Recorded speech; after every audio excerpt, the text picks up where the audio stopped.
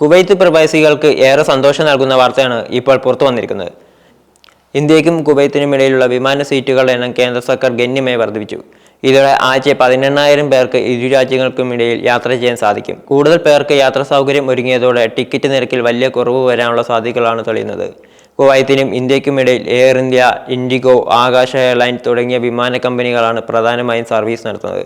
ഇതിനു പുറമെ കുവൈത്തിന്റെ Kuwait എയർവേസും Jazeera എയർവേസും ഈ റൂട്ടിൽ സർവീസ് നടത്തുന്നുണ്ട്. എല്ലാ കമ്പനികൾക്കുമായി ആഴ്ച 12,000 സീറ്റുകളാണ് ഇതുവരെ ഉണ്ടായിരുന്നത്. ഇത് 50% വർദ്ധിപ്പിച്ച് 18,000 ആക്കാനാണ് കേന്ദ്ര സർക്കാർ തീരുമാനിച്ചിരിക്കുന്നത്. യാത്രാ സൗകര്യം വർദ്ധിക്കുന്നതോടെ സീറ്റുകൾക്ക് വേണ്ടിയുള്ള മത്സരം കുറയുകയും അത് ടിക്കറ്റ് നിരക്കിൽ പ്രതിഫലിക്കുകയും ചെയ്യുമെന്നാണ് വിലയിരുത്തുന്നത്. ഇത് കുവൈത്തിൽ ജോലി ചെയ്യുന്ന ലക്ഷക്കണക്കിന് പ്രവാസികൾക്ക്, പ്രത്യേകിച്ച് മലയാളികൾക്ക് വലിയ ആശ്വാസമാകും. 7 ലക്ഷത്തോളം മലയാളികളാണ് കുവൈത്തിൽ ജോലി ചെയ്യുന്നത് എന്നാണ് കണക്കുകൾ. കുവൈത്തുമായുള്ള ബന്ധം ദൃഢമാകുന്നു. ഈ വിസയും സീറ്റ് വർധനവും കുവൈത്തുമായി ബന്ധപ്പെട്ട് ഈ ആഴ്ച വരുന്ന രണ്ടാമത്തെ സുപ്രധാന തീരുമാനമാണിത്.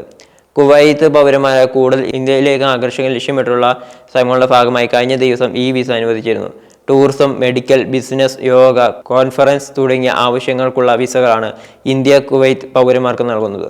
ഓൺലൈനായി അപേക്ഷിച്ചാൽ 4 ദിവസത്തിനകം വിസ ലഭിക്കുമെന്ന് ഇന്ത്യൻ എംബസി അറിയിച്ചിരുന്നു. ഇതിന്റെ പിന്നാലെയാണ് വിമാന സീറ്റുകളുടെ എണ്ണത്തിൽ വർധനവ് വരുത്തിയിരിക്കുന്നത് എന്നത് ശ്രദ്ധേയമാണ്. 18 വർഷത്തിന് ശേഷമാണ് ഇരു രാജ്യങ്ങൾക്കും ഇടയിലെ വിമാന സീറ്റുകൾ വർദ്ധിക്കുന്നത് എന്നതും എടുത്തു പറയേണ്ട കാര്യമാണ്. നേരത്തെ കുവൈത്തിനും ഇന്ത്യക്കും ഇടയിൽ വിമാന സീറ്റുകളുടെ പ്രതിവാര എണ്ണം 8,320 ആയിരുന്നു. 18 വർഷം മുമ്പ് ഇത് 12,000 ആയി ഉയർത്തിയിരുന്നു.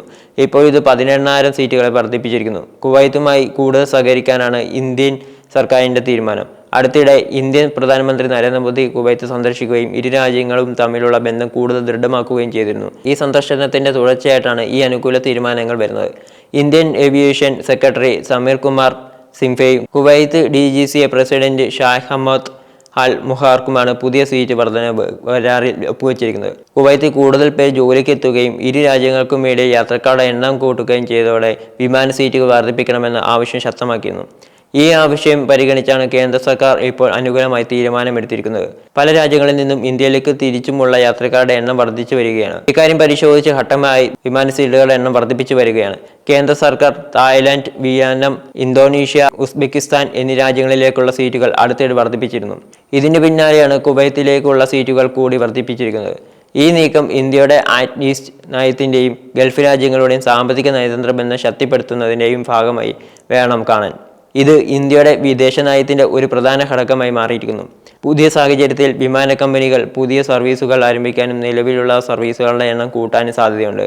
ഇത് പ്രവാസികൾക്ക് കൂടുതൽ യാത്രാ ഓപ്ഷനുകളും കുറഞ്ഞ നിരക്കിൽ ടിക്കറ്റുകൾ ലഭ്യമാക്കും. ടിക്കറ്റ് നിരക്കുകൾ കുറയുന്നത് അവധിക്കാലത്ത് നാട്ടിൽ പോകാൻ ആഗ്രഹിക്കുന്നവർക്ക്, അടിയന്തര സാഹചര്യങ്ങളിൽ യാത്ര ചെയ്യേണ്ടി വരുന്നവർക്കും വലിയ ആശ്വാസമാകും. ഈ നീക്കം ഇന്ത്യ കുവൈത്ത് ബന്ധത്തിന്റെ ഒരു പുതിയ അധ്യായം കുറിക്കുമെന്നും ഇരു രാജ്യങ്ങൾക്കും ഇടയിലെ ജനകീയ ബന്ധങ്ങൾ കൂടുതൽ ശക്തിപ്പെടുത്തുമെന്നും പ്രതീക്ഷിക്കാം. കുവൈത്തിലെ ഇന്ത്യൻ പ്രവാസികളുടെ ജീവിതത്തിൽ ഈ തീരുമാനം ചെലുത്തുന്ന സ്വാധീനം വരും ദിവസങ്ങളിൽ കൂടുതൽ വ്യക്തമാക്കും.